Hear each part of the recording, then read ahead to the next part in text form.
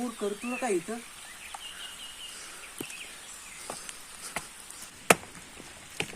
पोरा भंट्या, अरे काय चाललंय काय तुझा?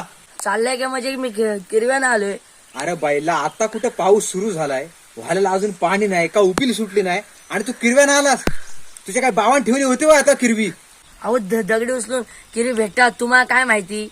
नाही, मला माहिती आहे तू इथं व्हायलात का आलायस या टायमाला. तिकडं आजी पाणी भरायला कधीपासून वाढते, बंट्या कुठं आहे, बंट्या कुठं आहे, माझा बंट्या कुठे गेला.